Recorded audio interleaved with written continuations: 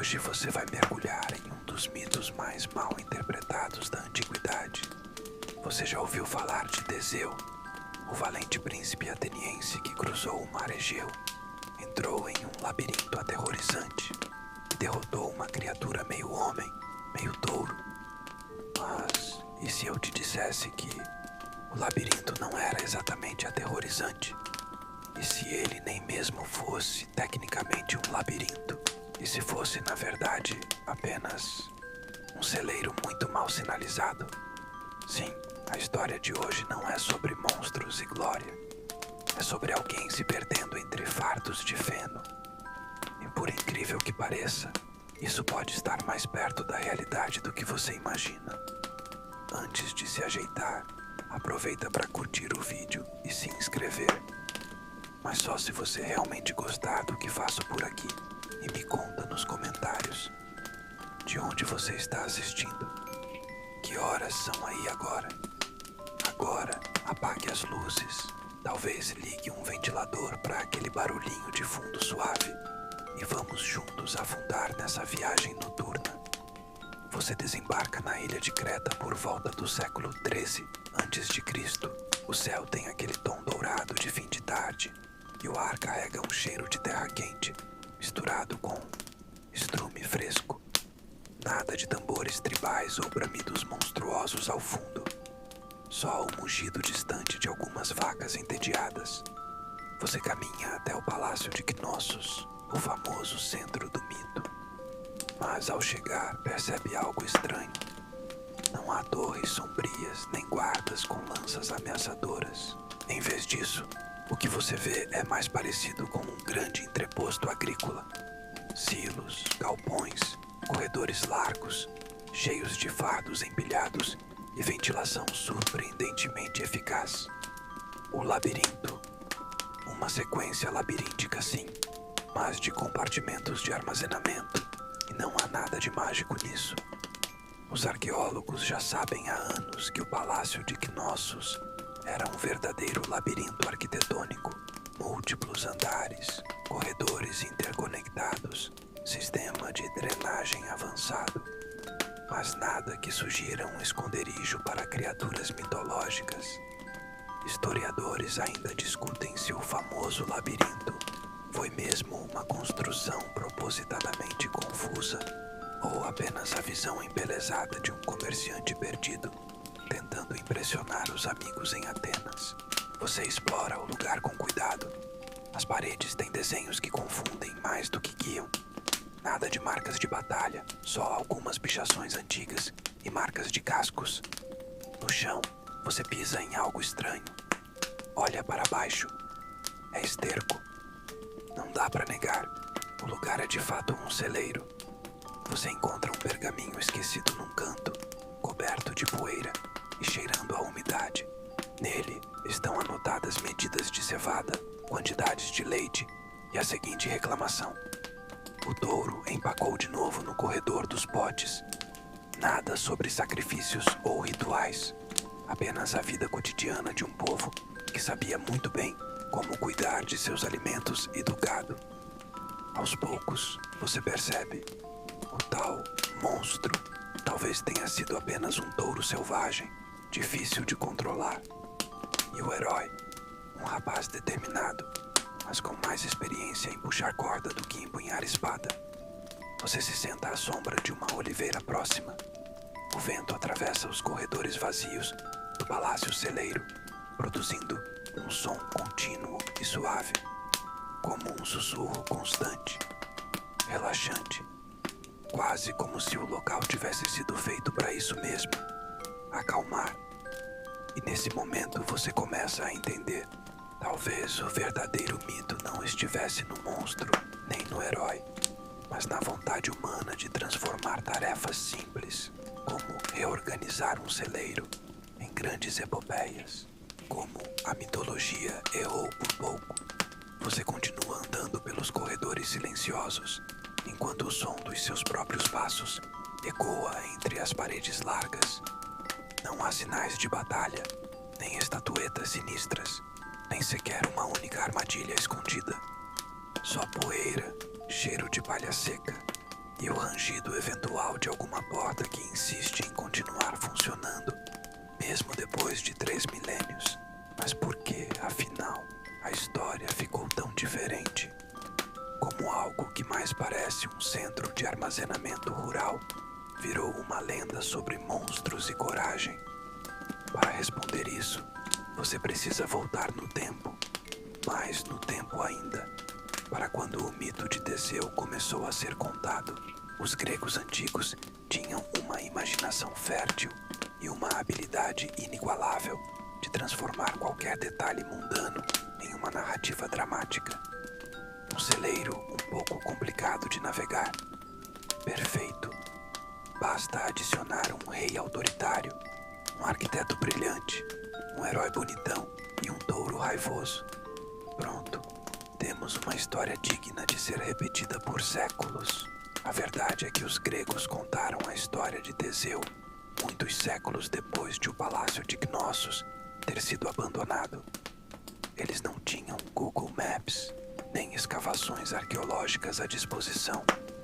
Só relatos orais, pedaços de cerâmica e muita criatividade. Historiadores ainda discutem se os atenienses realmente acreditavam no Minotauro ou se era tudo uma metáfora para a opressão de Creta sobre Atenas. Mas o que parece claro é que algo grande e labiríntico existia naquela ilha e ninguém sabia direito o que era. E aí entra um fator decisivo: a fama. Teseu era uma espécie de herói nacional para os atenienses. Ele precisava ter feitos grandiosos no currículo. E reorganizar a logística de um depósito de grãos definitivamente não era algo que inspirasse multidões. Transformar esse depósito num labirinto mágico cheio de perigos. Muito melhor. Você encontra uma pequena sala lateral. Dentro, restos de cerâmica, pedaços de corda trançada e algo que se parece com uma balança de pesagem. Talvez tenha sido usada para medir cevada, ou para pesar o tributo que os atenienses enviavam anualmente. Grãos, vinho, talvez até jovens, difícil saber. Os registros são incompletos e a poeira não ajuda. Mas há uma pedra esculpida com um padrão curioso. Linhas entrelaçadas formando um quadrado quase hipnótico. Os estudiosos chamam isso de labres, símbolo comum em Creta, muitas vezes confundido com o conceito de labirinto. Pode ser só decoração, ou pode ser o começo de um grande mal-entendido. Você se encosta na parede e fecha os olhos por um instante. Tenta imaginar o lugar cheio de vida. Agricultores andando de um lado para o outro, carregando sacos de trigo. Crianças brincando de esconde-esconde entre os fardos. Um touro furioso, amarrado em algum canto, bufando impaciente porque alguém esqueceu de alimentá-lo. E então, você entende algo. A mitologia não precisa ser exata para ser poderosa. Basta que ela faça sentido para quem escuta. E para os gregos, imaginar um monstro no centro de um labirinto era mais útil e mais emocionante do que pensar em práticas agrícolas avançadas. Ainda assim, é reconfortante saber que, debaixo de tanta fantasia, existia um mundo real, um mundo de tarefas simples, de técnicas esquecidas, de soluções engenhosas para problemas do cotidiano. Como, por exemplo, como ventilar um galpão de armazenamento com mais de 20 salas interligadas sem usar eletricidade. Você passa por uma abertura arqueada. O ar ali dentro é surpreendentemente fresco. Umidade controlada, sombra bem distribuída, fluxo de vento constante. Tudo isso sem tecnologia moderna. E pensar que algumas dessas soluções ainda são estudadas hoje por arquitetos fascinados pelas ruínas de Cnossos. No fim das contas, talvez o maior mistério não seja o Minotauro, nem o fio de Ariadne. É como essa civilização conseguiu fazer tanto com tão pouco, e como, mesmo assim, foi lembrada principalmente por um touro inventado e um herói distraído. Minos e sua obsessão com organização. Você segue por mais um corredor, onde o silêncio é cortado apenas pelo som do vento, ressoando entre os arcos de pedra.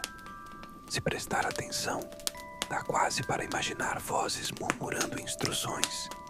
Trigo à esquerda, cevada à direita. Cuidado com o touro no setor D. E aí você começa a perceber uma coisa curiosa. Nada aqui parece ter sido feito ao acaso. O rei Minos, segundo dizem, era um homem meticuloso. Ao contrário da imagem de um tirano bárbaro e cruel, há teorias de que ele era mais parecido com um gerente de armazém, muito exigente. Documentos encontrados em tábuas de argila mostram uma rede organizada de tributos, estoques e redistribuição de alimentos por toda a ilha.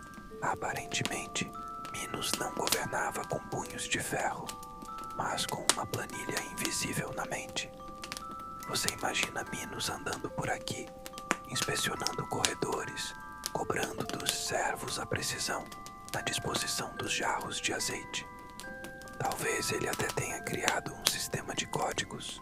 Uma linha vermelha pintada na parede indica milho, azul, peixe seco.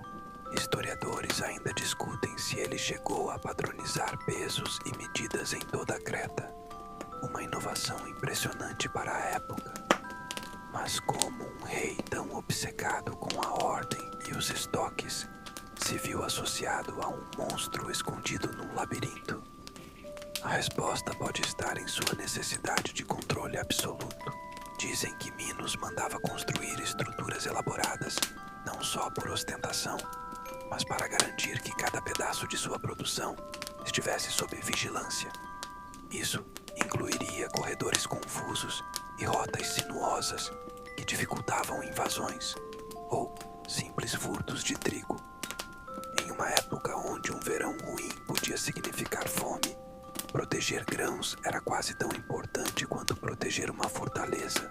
Você entra em uma sala ampla com colunas decoradas e um piso de mosaico. Não é o que se espera de um celeiro, mas talvez Minos acreditasse que até os grãos mereciam elegância. Ou, quem sabe, o espaço era multifuncional. Parte armazenamento, parte templo, parte centro de reuniões. Afinal, por que separar religião e logística? No centro da sala, há um pedestal quebrado com marcas que lembram a base de uma grande ânfora. Você se pergunta se ali ficava o tributo que os atenienses mandavam anualmente. Jovens para o Minotauro, segundo o mito. Ou talvez apenas alimentos, ervas, perfumes raros. Pode até ser que os atenienses usassem o exagero da história como crítica política. A ideia de oferecer seus jovens em sacrifício soa como uma dramatização conveniente, algo que garantiria apoio popular para futuras revoltas. Minos, nesse cenário, não é um vilão. É um administrador com gostos caros e uma reputação que cresceu além da realidade. Você se perde um pouco em pensamentos enquanto percorre o labirinto que, na prática, parece mais um mapa logístico do que um enigma mortal. E se, no fundo, o mito de Teseu fosse um grande mal-entendido, nascido da dificuldade dos visitantes em navegar por uma estrutura eficiente demais para sua época? Tudo aqui cheira a propósito. Mesmo os corredores curvos que pareciam aleatórios no início, agora fazem sentido. Canalizam o vento, mantêm os alimentos frescos. Um tipo primitivo de refrigeração natural. Não é épico no sentido tradicional, mas é engenhoso e, de algum jeito, muito mais interessante. Você passa por uma pequena porta lateral e entra num espaço apertado, com prateleiras de pedra incrustadas nas paredes. Um depósito de ferramentas, uma despensa. Difícil dizer, mas em cima de uma das pedras encontra uma inscrição quase apagada: que o pão não falte aos filhos de Creta. Uma frase simples, mas que ecoa profundamente, mesmo 3.000 anos depois. Minos não era um rei de espadas e guerras. Ele era o rei do pão bem distribuído. E em tempos antigos, isso valia mais do que qualquer monstro derrotado. Ariadne, a fiandeira subestimada. Você sai do depósito silencioso e dá de cara com um pequeno pátio iluminado por uma luz suave. Ali, o tempo parece desacelerar. O vento bate nas folhas de uma figueira que cresceu ousadamente entre as pedras do antigo piso. E ali, sentada em sua memória mais duradoura, está a Ariadne.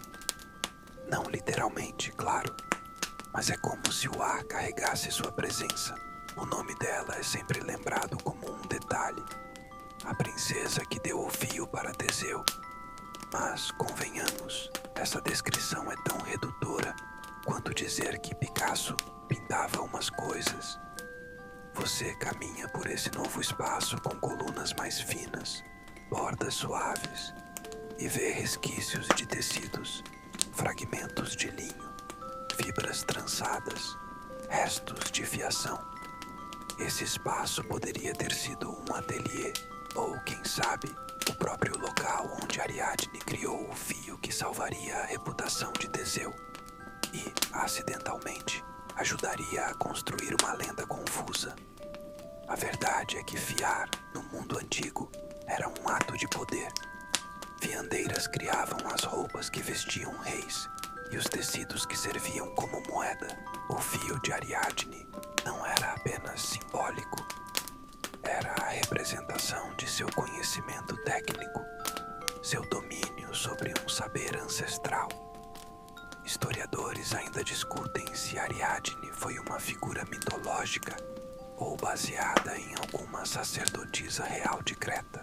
Alguns acreditam que ela fazia parte de um culto feminino que preservava os segredos da tecelagem e da orientação dentro dos palácios, o que tornaria o fio, na prática, um mapa codificado em forma de corda.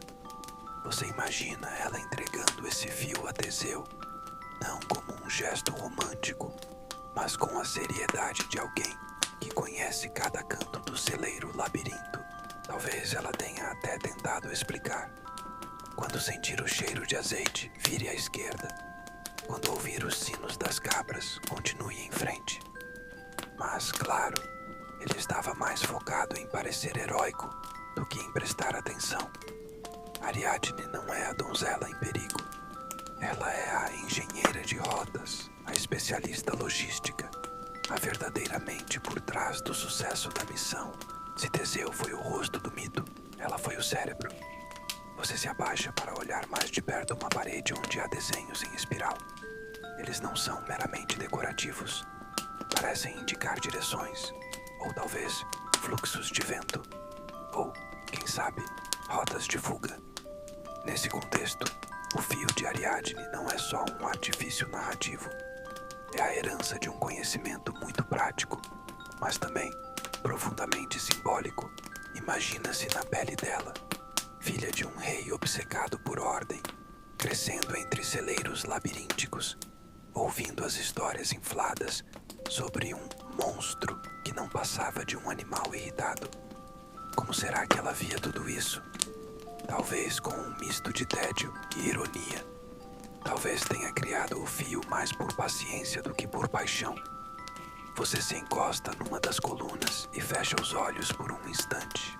Imagina a Ariadne girando o fuso, puxando o fio, testando sua resistência. Ela sabe que a chance de Teseu entender tudo corretamente é baixa, mas faz mesmo assim, porque em última instância é ela quem guia. E mesmo que a história tenha trocado os nomes e embelezado os detalhes, a trama ainda é dela. Ao sair do pátio, você nota uma pequena inscrição entalhada na pedra da porta, quase apagada pelo tempo, mas ainda visível. Onde termina o fio, começa a verdade. Uma frase curta, mas parece escrita exatamente para você. Um minotauro ou um touro mal-humorado. Você segue o corredor principal, já mais confiante em suas passadas. E então, chega a parte mais temida, aquela que os mitos costumam reservar para os corações valentes. o covil da besta. Mas aqui, nada de dentes afiados, ossos espalhados ou rugidos ecoando. O espaço que dizem ter sido o lar do Minotauro se parece mais com um curral de gado, daqueles bem grandes, com uma corrente quebrada em um dos cantos e o forte cheiro de animal que não tomava banho há muito tempo. O monstro do mito, o Minotauro, é descrito como um ser com corpo humano e cabeça de touro, preso num labirinto por ser selvagem e incontrolável. Mas e se, historicamente falando, ele fosse apenas isso mesmo? Um touro incontrolável? Um animal sagrado, talvez, mal compreendido por visitantes de fora e transformado em lenda para dar mais drama ao passeio?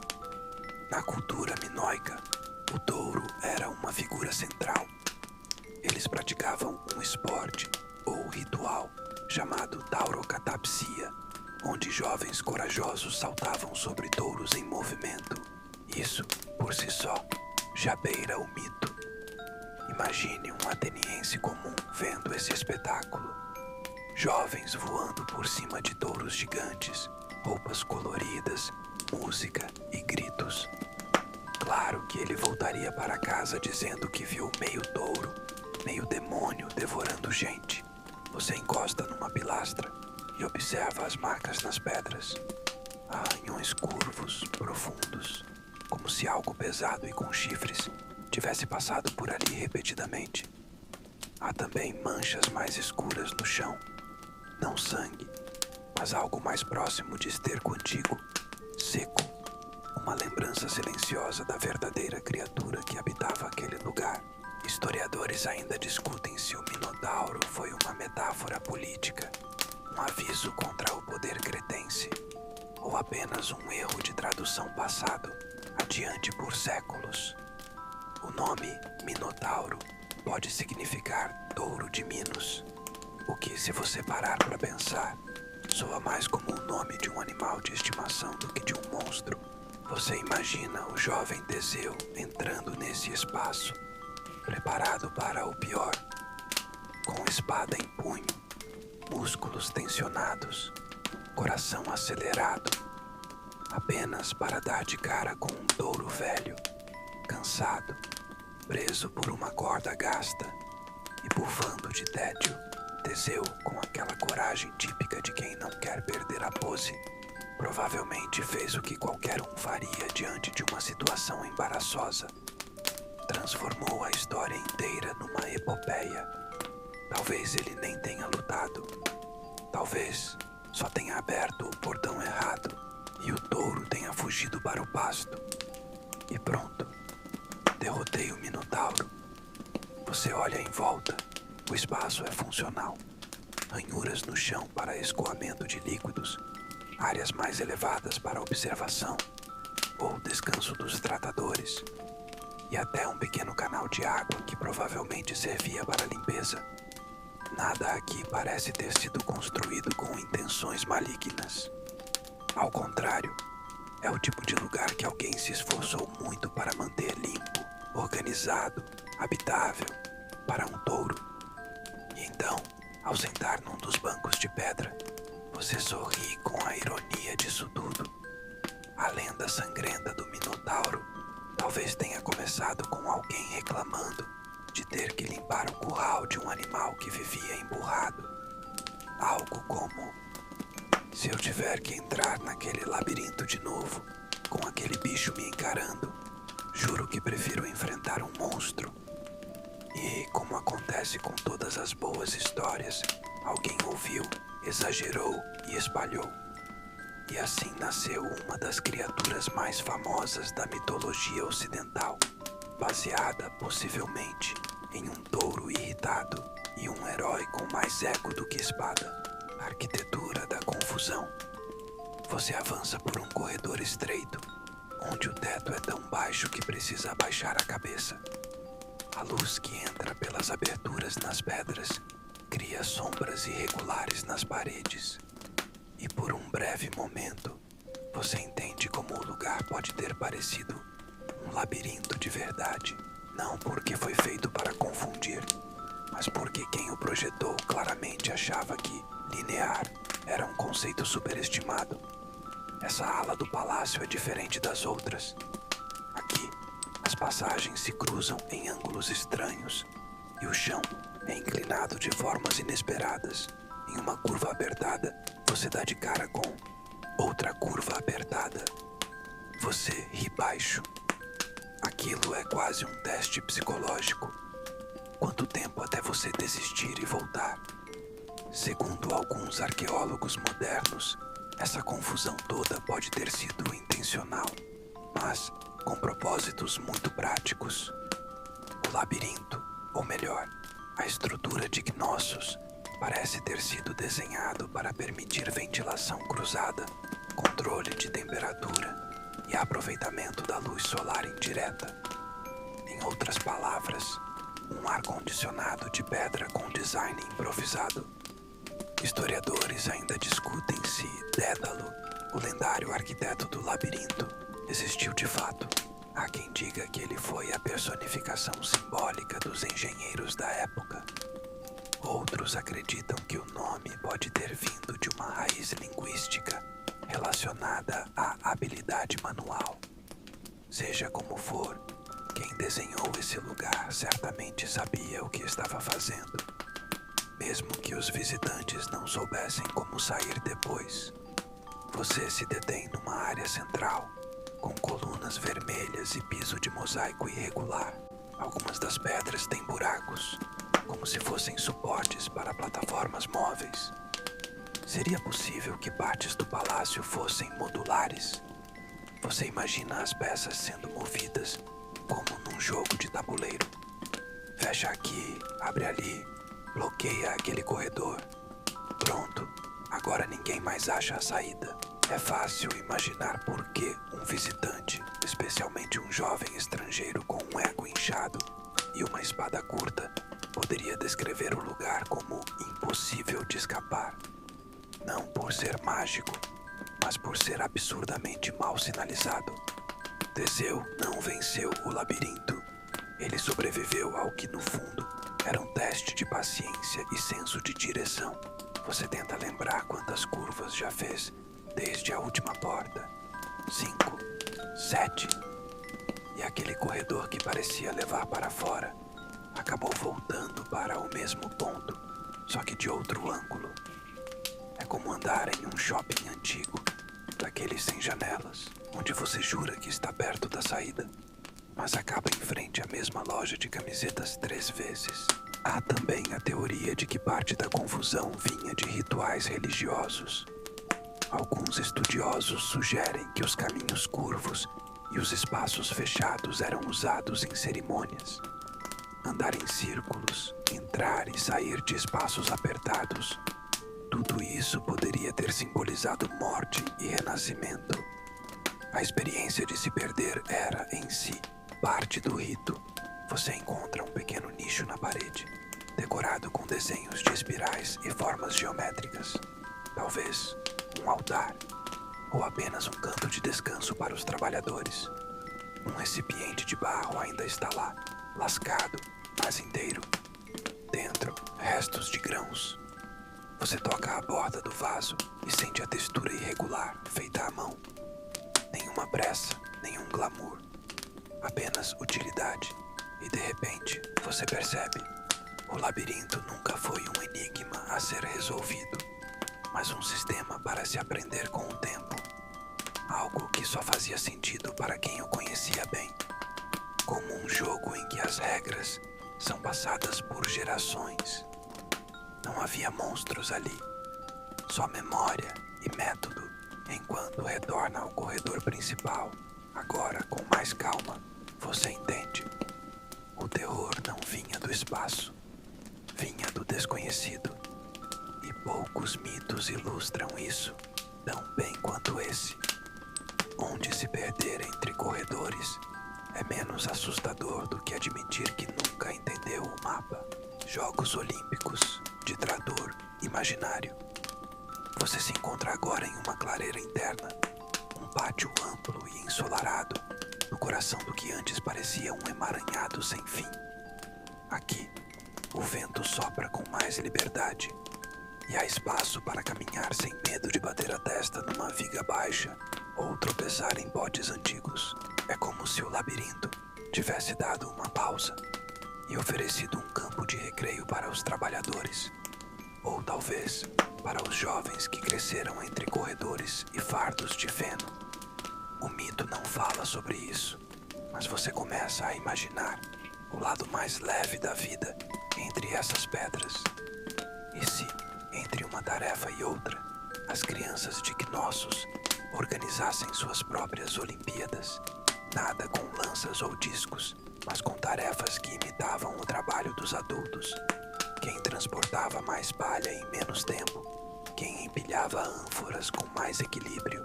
Quem guiava melhor o carro imaginário, puxado por colegas, rindo feito cabritos? A arqueologia raramente fala da infância, mas todo o espaço ocupado por humanos, inevitavelmente, vira território de brincadeira. E aqui, nesse pátio com marcas no chão, trilhas de rodinhas, talvez de brinquedos de madeira, você sente que a vida também era feita de pausas. Você imagina um menino correndo com um cabo de madeira entre os braços, gritando que é um touro veloz, ou outro, sério, simulando ser um administrador do palácio, com um cinto cheio de instrumentos improvisados, pedaço de corda, concha rachada, pedaço de osso. O pequeno chefe.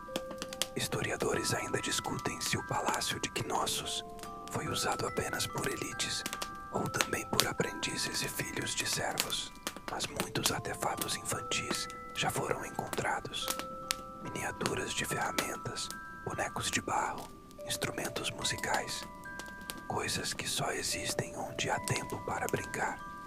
Você se senta no canto do pátio, onde a sombra é suave e o chão ainda guarda marcas de rituais antigos. Algumas pedras lisas formam o que pode ter sido uma pista de jogos, ou uma área de descanso, ou ambos. Afinal, para uma criança, tudo pode ser jogo, até ficar parado. Na sua mente, Ariadne ainda é jovem, e imagina ela participando dessas brincadeiras, desafiando os meninos a carregarem mais sacos de grãos que ela, ou correndo pelas passagens com olhos fechados, apostando quem conhece melhor o caminho, só pelo som do vento e pelo cheiro da cevada. E o mais curioso, talvez esse senso de orientação, essa intimidade com o espaço, seja o que realmente inspirou a história do fio. Afinal, quem nunca se perdeu onde outros se sentem em casa? Você observa a superfície do pátio. Algumas áreas estão polidas de tanto uso. E pensa, a lenda do labirinto fala sobre se perder. Mas talvez para muitos ele fosse apenas o quintal de casa. E aí está a beleza desse espaço. Por trás das lendas grandiosas havia um cotidiano. Por trás do herói que empunha uma espada, havia crianças com cabos de madeira, fingindo ser touros. E talvez, só talvez, o verdadeiro Minotauro tenha participado dessas corridas também. Bufando, sim, mas porque não aguentava mais ser o único a perder sempre. Banquetes, grãos e mitos inflados. Ao sair do pátio, você segue o aroma acolhedor de algo levemente adocicado, algo entre pão recém-assado e ervas secas. O cheiro vem de uma sala ampla, com colunas largas e bancos de pedra ao redor de uma mesa comunitária, ou o que restou dela. Esse espaço claramente foi usado para refeições, e de repente, a imagem do palácio como lugar de terror começa a desmoronar de vez. Aqui, nada lembra monstros ou sofrimento. Ao contrário, o ambiente parece feito para celebração. A luz do fim da tarde entra pelas janelas superiores e se espalha pelo chão, como se abençoasse o ato mais sagrado da vida antiga. Comer bem em companhia. Você imagina os cretenses reunidos aqui, depois de um longo dia, trocando histórias, rindo de acidentes com jarras pesadas, discutindo a qualidade do último lote de azeite. Não havia talheres como conhecemos, mas sim tigelas, pedaços de pão usados como colher. mãos lavadas em bacias de cerâmica. A refeição era tanto um ritual quanto uma necessidade. Na mesa, os pratos mais comuns eram baseados em cevada, lentilhas, figos secos, azeite e vinho diluído. Nada de extravagante, mas extremamente nutritivo. O pão, especialmente, era o rei da mesa. Existem até vestígios de fornos embutidos em algumas alas do palácio e marcas de fuligem em paredes de pedra, que provavelmente testemunharam gerações assando o mesmo tipo de massa fermentada. Historiadores ainda discutem se esses banquetes eram diários ou reservados para ocasiões religiosas. Alguns sugerem que durante certas festas os alimentos eram distribuídos a toda a população. Um palácio de fartura e não de opressão. Você se imagina sentado entre eles, recebendo uma tigela fumegante de sopa grossa, ouvindo uma senhora mais velha reclamando que o neto dela colocou sal demais no molho. Ao lado, um homem ri, contando sobre o touro que se soltou e foi parar na sala de armazenamento de tâmaras. E, em algum ponto da mesa, talvez Teseu, jovem e perdido, tentando parecer impressionante enquanto segura o pão do jeito errado. É curioso como a história apaga essas partes. A narrativa que sobreviveu preferiu a luta contra um monstro a uma boa receita de pão com ervas. Mas talvez o mais heróico que alguém pudesse fazer naquela época fosse garantir que todos estivessem alimentados.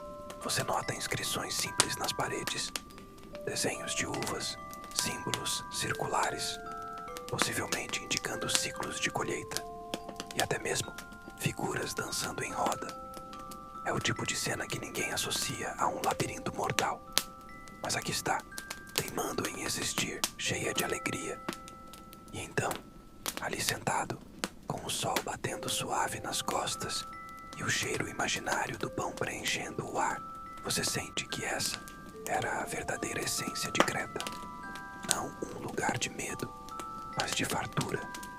Um lugar onde a história inflou um mito e esqueceu o banquete. Você fecha os olhos por um instante e, em vez do rugido de um monstro, o que escuta é o estalar de risos, o som de taças se tocando e um jovem contando como quase foi pego pelo touro, mas na verdade tropeçou num saco de cebolas.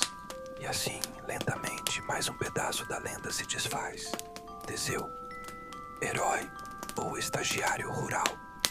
Você atravessa uma passagem estreita e emerge em outro setor do palácio.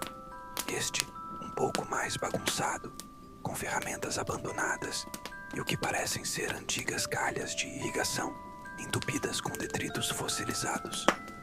É aqui que a lenda reencontra seu protagonista, Teseu, o herói clássico, o matador de monstros, ou, dependendo do ponto de vista, o estagiário que chegou atrasado no primeiro dia de trabalho e fingiu saber o que estava fazendo. Você tenta se imaginar na pele dele, jovem, orgulhoso, enviado por Atenas para enfrentar um desafio mortal em nome da honra e da justiça. Ele esperava monstros, labaredas e glória. Em vez disso, deram a ele um rolo de corda, um mapa esquisito rabiscado por uma adolescente muito inteligente e uma pá. Os relatos mitológicos fazem parecer que Teseu entrou com confiança e saiu vitorioso. Mas as evidências históricas, ou a ausência delas, sugerem outro cenário. Talvez ele tenha sido convidado a ajudar com os canais e só aceitou porque já tinha viajado tanto que voltar sem uma história seria constrangedor. Você observa uma estrutura de madeira parcialmente desabada.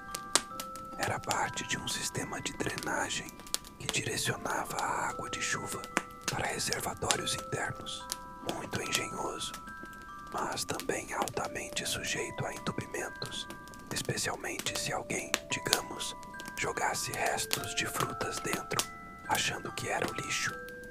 Historiadores ainda discutem se havia realmente trabalhadores estrangeiros servindo em Knossos, ou se tudo isso é um eco tardio de alianças políticas entre Atenas e Creta. Mas a possibilidade de Teseu ter sido um tipo de jovem aprendiz enviado para representar sua cidade não é tão absurda quanto parece. Você encontra, ao lado de uma escadaria de pedra, marcas de pegadas esculpidas, não como decoração, mas como instrução. Suba por aqui. Alguém precisou de ajuda para lembrar a direção certa. Talvez Teseu também. Talvez ele tenha passado horas rodando de um lado para o outro, tentando encontrar o celeiro principal, suando e amaldiçoando a própria coragem. E Ariadne? Ela provavelmente assistia de longe, com um sorriso contido, imaginando em que ponto ele ia parar para pedir ajuda. Porque, convenhamos, um herói de verdade não nega um bom conselho, especialmente quando o celeiro parece maior por dentro do que por fora. Você imagina a cena: Teseu empacado entre dois corredores idênticos, segurando o fio com uma mão e uma enxada com a outra, tentando lembrar se o Minotauro ficava à direita do armário de grãos ou depois da porta com a mancha de vinho. Não exatamente a imagem épica que os poetas gostam de cantar. E no final, quando ele vence, não há público. Só um touro exausto, um galpão sujo e a missão ingrata de arrastar tudo de volta para fora. Ele sai coberto de poeira, palha grudada nos cabelos, o orgulho intacto, ou quase, e a história pronta para ser melhorada. Você caminha até uma varanda com vista para os campos ao redor. É dali que Teseu deve ter olhado pela última vez antes de partir. O vento sopra de leve, o sol já se inclina, e ali, com a brisa tocando o rosto, você compreende. Talvez não exista tanta diferença entre um herói e um estagiário. Ambos enfrentam desafios que não compreendem, cometem erros bobos e saem contando que foi tudo épico. Porque às vezes, só sobreviver já é digno de virar lenda. Fugas dramáticas por portões de madeira. Você se afasta da varanda e segue por um corredor lateral mais escuro. O chão aqui range sob seus pés. As tábuas estão gastas, as pedras desniveladas. No ar, há aquele cheiro que mistura madeira antiga com umidade persistente. O perfume característico de lugares que guardam segredos, ou pelo menos muito mofo. É nesse cenário que, segundo a lenda, Teseu teria feito sua fuga gloriosa após derrotar o Minotauro. Uma corrida desenfreada por túneis tortuosos, saltando armadilhas mortais, com o monstro recém-derrotado ainda quente no chão. Na sua mente, no entanto, você vê outra cena. Teseu, sem pressa, tentando lembrar qual porta levaria de volta para o pátio e qual levava para o depósito de cebolas. Você passa por uma dessas portas agora. Ela é baixa, feita de madeira escura, reforçada com traves de bronze. Está entreaberta e quando você empurra com cuidado, ela geme como se não quisesse ser incomodada. Atrás dela, há apenas mais um corredor, estreito, abafado e sem saída visível. Nada de passagens secretas, nem uma parede giratória, só outro pedaço do palácio tentando ser útil e misterioso ao mesmo tempo. Ao longo do caminho, você encontra mais dessas portas, umas emperradas, outras com trancas rudimentares ainda intactas. Algumas têm símbolos pintados, um ramo de oliveira, um sol estilizado, uma espiral. Historiadores ainda discutem se esses símbolos serviam como código para os criados ou se eram apenas marcas para distinguir as zonas de armazenamento. Mas para alguém que não conhecia bem o lugar, como Teseu, pareciam muito com enigmas. Você se pergunta como deve ter sido fugir dali. O fio de Ariadne ajudava, claro, mas com a adrenalina da missão cumprida ou do pânico disfarçado de bravura, qualquer barulho pode ter parecido ameaça. E então, você imagina o som, Não o rugido de uma besta, mas o bafo alto e constante de um bode territorial.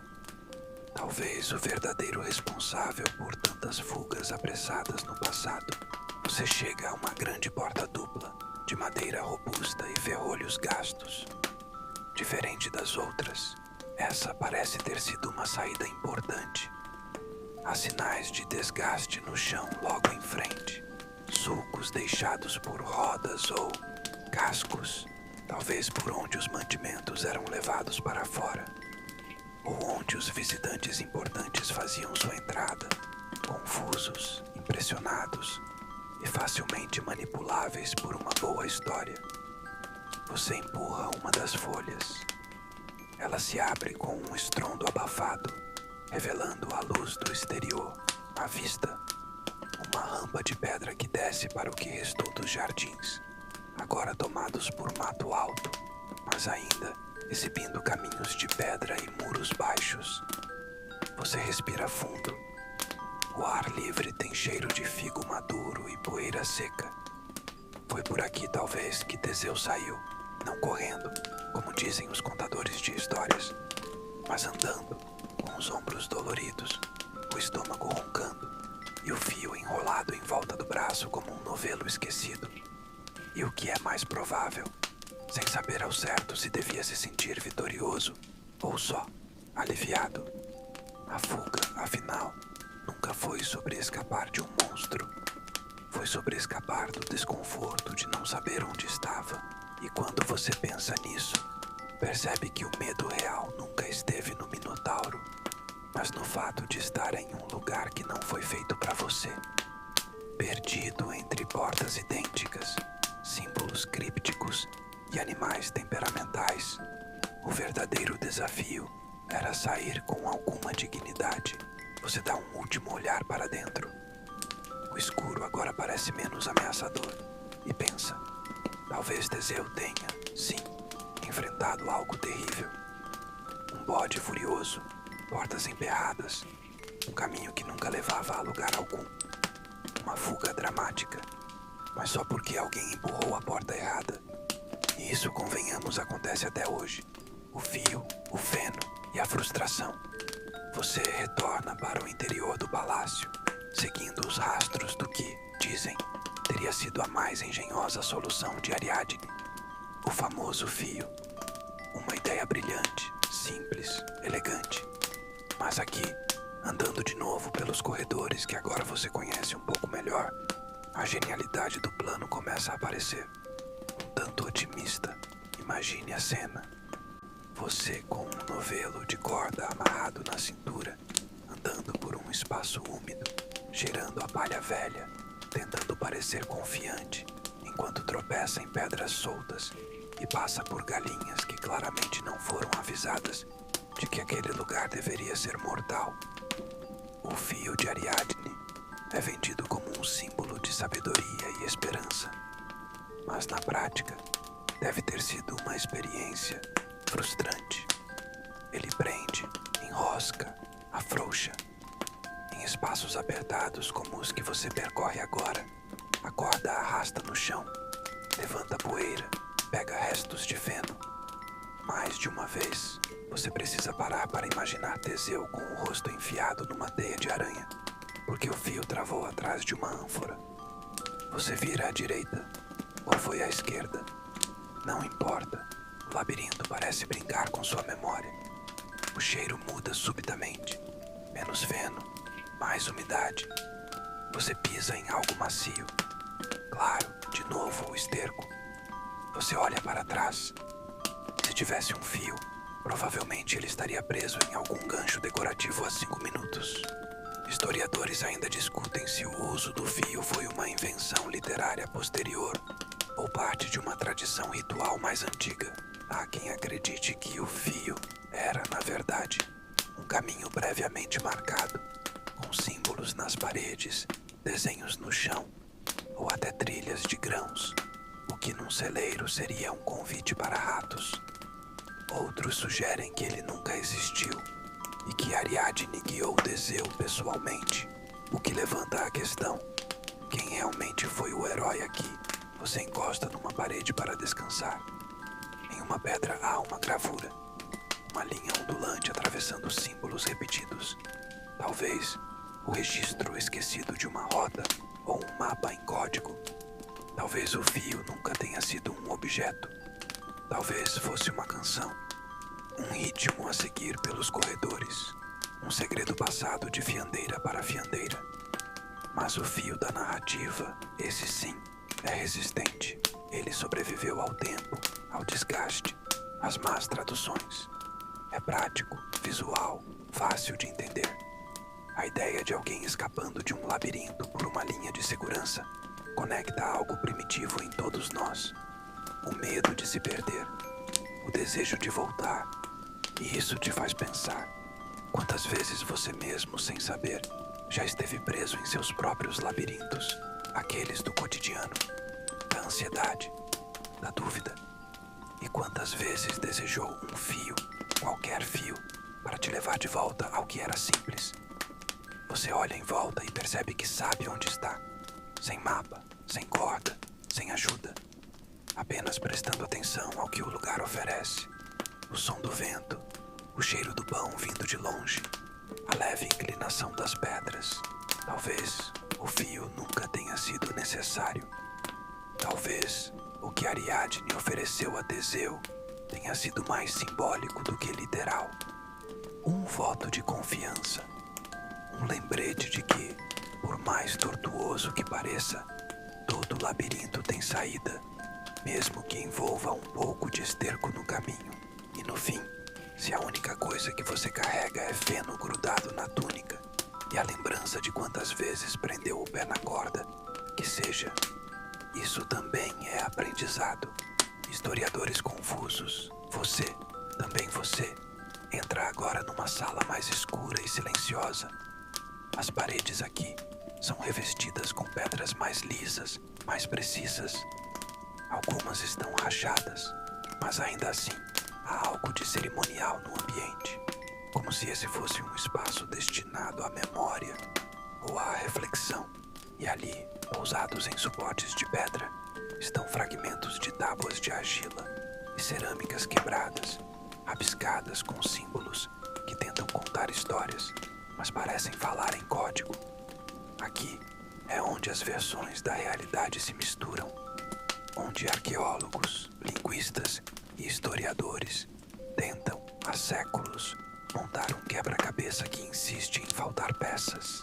Você se aproxima de uma das tábuas, protegida por uma redoma de vidro rachado, e observa os sinais. Espirais, linhas onduladas, marcas triangulares. Talvez seja uma receita, ou uma lista de tributos, ou um aviso para não entrar com cabras neste corredor. Historiadores ainda discutem se os textos deixados pelos cretenses eram de fato literários ou apenas registros práticos. A escrita linear A, por exemplo, até hoje não foi completamente decifrada. Isso abre espaço para todas as teorias possíveis, desde banhos sagrados com azeite aromatizado até lutas simbólicas encenadas em estábulos com touros especialmente treinados. Você percebe então que os estudiosos talvez estejam tão perdidos quanto Teseu, e quanto você, em certos trechos do palácio, você caminha lentamente por entre os pedaços de história espalhados. Um vaso retrata uma figura com chifres, mas ela dança. Outro mostra jovens segurando cordas, talvez não para fugir, mas para guiar animais ou demarcar caminhos. Há uma taça quebrada com desenhos de ondas do mar. E você pensa, o mito não é uma invenção. Ele é uma leitura criativa de um monte de peças fora de ordem. A mitologia, no fundo, é como um telefone sem fio atravessando séculos. Um sacerdote fala de um celeiro confuso. Um visitante acha que é um labirinto.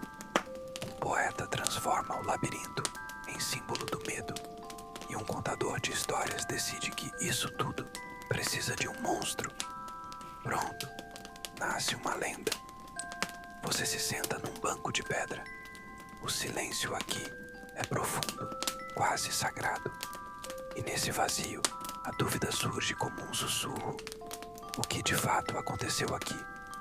Será que existiu um Teseu, um Minotauro, uma Ariadne? Ou tudo isso é só um retrato em camadas do que os povos antigos queriam acreditar?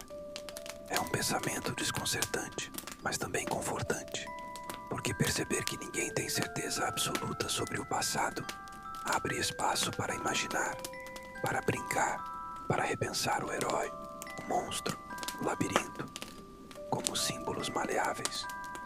Você encontra uma inscrição quase apagada num canto da parede.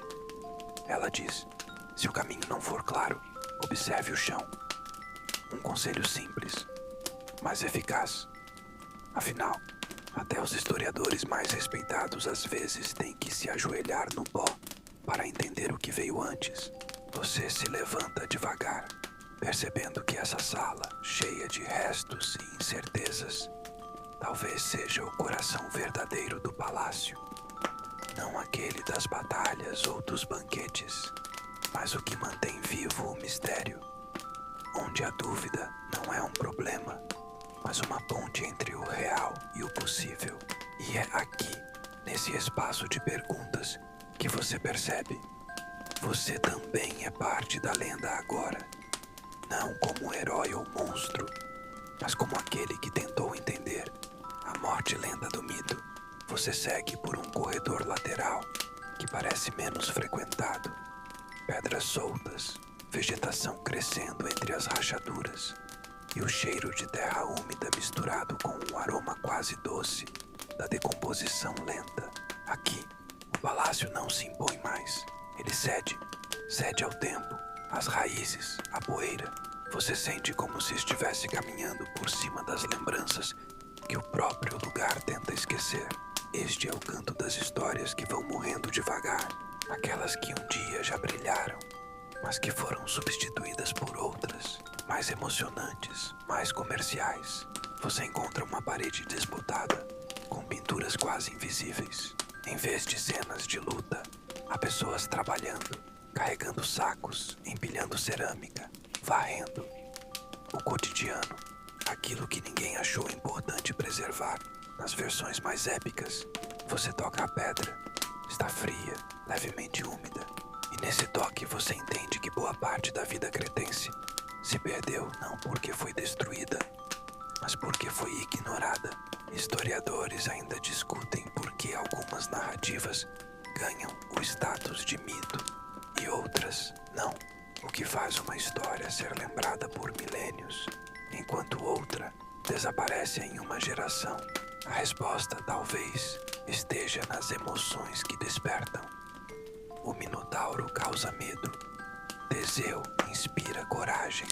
Mas o trabalhador que desenha espirais no chão para orientar o armazenamento de feno, esse raramente vira protagonista. E é isso que você vê agora.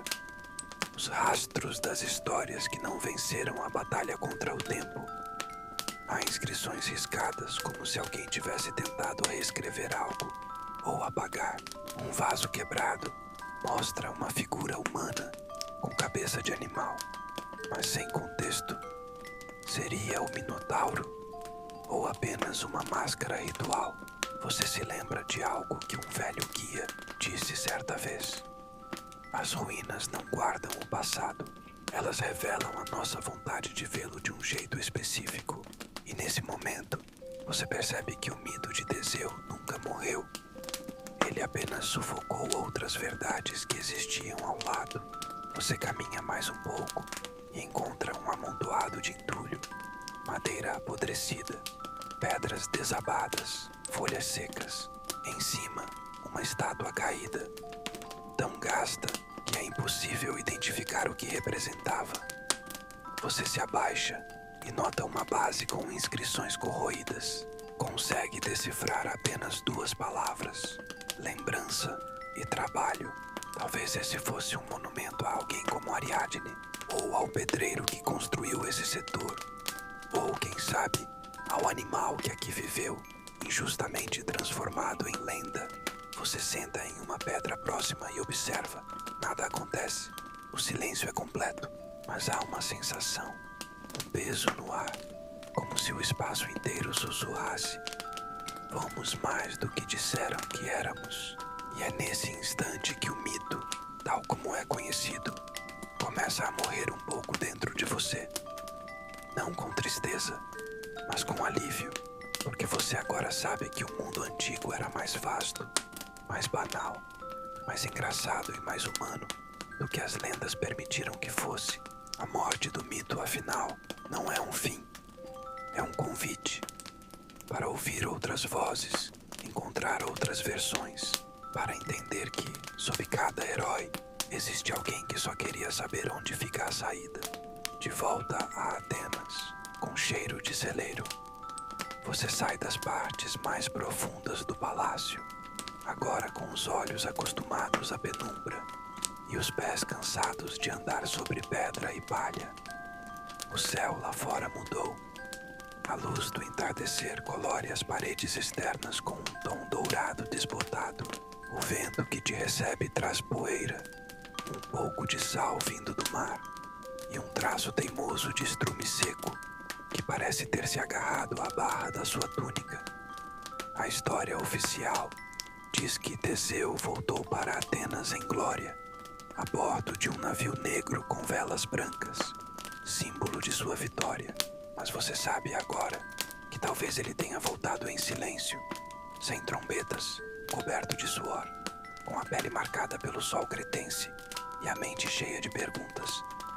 Você imagina a chegada dele, o povo esperando na praia, olhos ansiosos, gritos de "Viva!"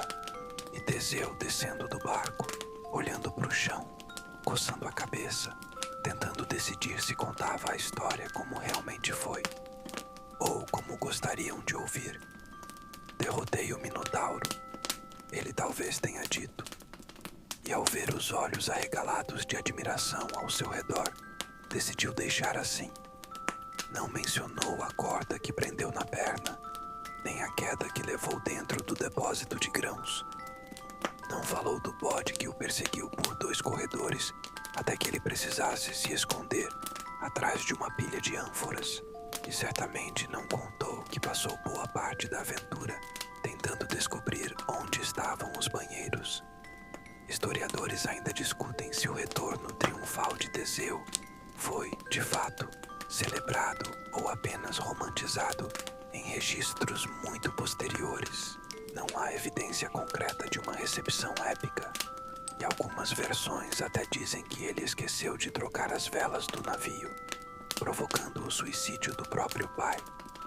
Um detalhe que não combina com o comportamento calculado de um herói tradicional, mas combina bastante com o de um jovem exausto, distraído, talvez levemente traumatizado por uma temporada entre celeiros e animais com chifres. Você continua caminhando pelos arredores do palácio, agora fora de seus muros. Cada passo deixa uma pequena marca na terra, como se você também estivesse indo embora de um lugar do qual nunca teve certeza se queria realmente estar. A paisagem se abre, revelando o mar ao longe, calmo, espelhando o céu.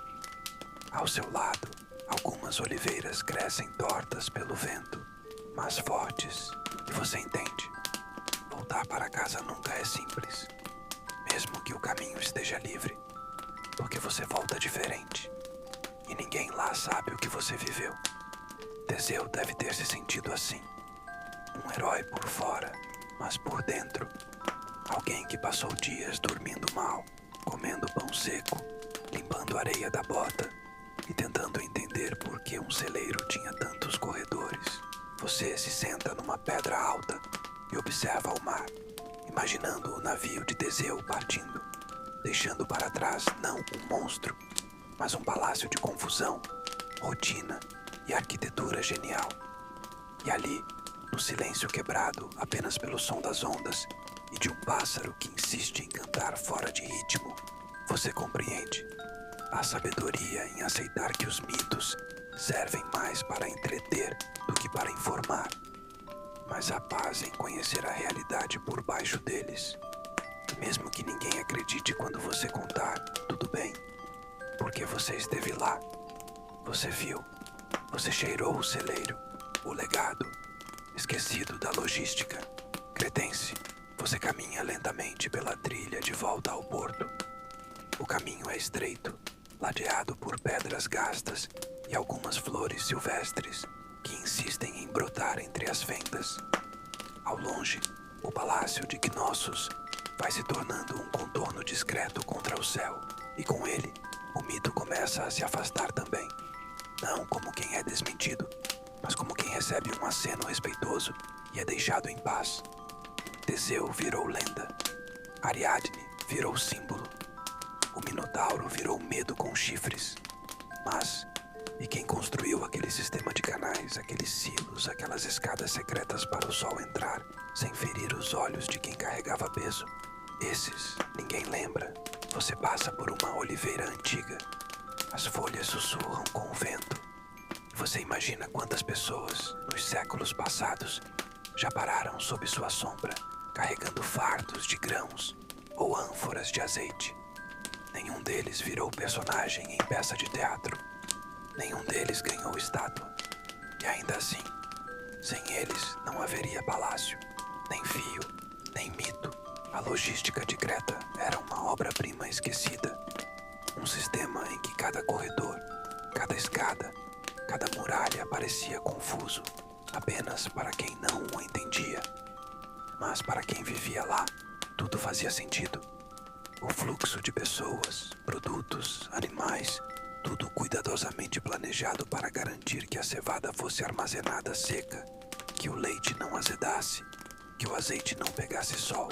Historiadores ainda discutem até onde ia essa sofisticação. Há indícios de pesagem padronizada, rotas internas para movimentação de carga, até mesmo sistemas de contagem com fichas de barro, uma espécie de inventário pré-histórico. É como se alguém tivesse planejado um supermercado milenar e embutido ele dentro de um templo, uma catedral da ordem silenciosa. Mas o mundo moderno não tem paciência para a eficiência invisível. Ele quer ação, conflito, reviravolta. Por isso, lembramos de Teseu com a espada, e não do engenheiro anônimo que decidiu fazer as paredes do armazém com pedras inclinadas para não acumular água. Você para um momento para observar o mar. O vento agora é mais forte, e você sente algo estranho. Respeito, não pelo herói mitológico, mas por todos os que fizeram a máquina funcionar, que acordaram cedo, esvaziaram silos, puxaram cordas, mantiveram o fluxo da vida sem precisar de título épico. E nesse momento, você entende, o verdadeiro legado de Creta não está na criatura que nunca existiu. Está na inteligência calma de quem aprendeu a guardar trigo com perfeição, em um clima difícil, em uma época sem metal ou motores. Você se vira para olhar o palácio uma última vez. Ele está quase invisível agora, escondido pela distância e pelo tempo. Mas na sua memória, ele permanece, não como um labirinto misterioso, mas como um monumento à arte esquecida de fazer as coisas funcionarem. E talvez, só talvez, essa seja a parte mais heróica da história inteira. A noite começa a cair lentamente sobre a paisagem cretense, tingindo tudo com tons suaves de azul, lilás e dourado. As pedras antigas absorvem o calor do dia e o liberam em suspiros quentes e silenciosos. O vento agora sopra com mais delicadeza, como se também soubesse que é hora de desacelerar. Você caminha por uma trilha de terra batida, os passos lentos, ritmados, o som dos seus próprios pés, criando uma trilha sonora sutil para o encerramento dessa jornada. Não há pressa. O mundo antigo já teve seu tempo, e agora, tudo o que resta é deixá-lo descansar. A memória do labirinto não grita. Ela sussurra, ela se espalha como o cheiro de palha seca, um celeiro vazio, como o som distante de água pingando de uma ânfora esquecida. E você sente que algo dentro de você também se aquietou. É confortável saber que nem todas as histórias precisam de monstros. Que, às vezes, tudo o que precisamos é de uma trilha para seguir, um lugar fresco para sentar e um pouco de silêncio para escutar o que o tempo tentou apagar. Você se deita sob uma oliveira solitária. As folhas acima dançam suavemente. O ar é morno. O chão respira com você.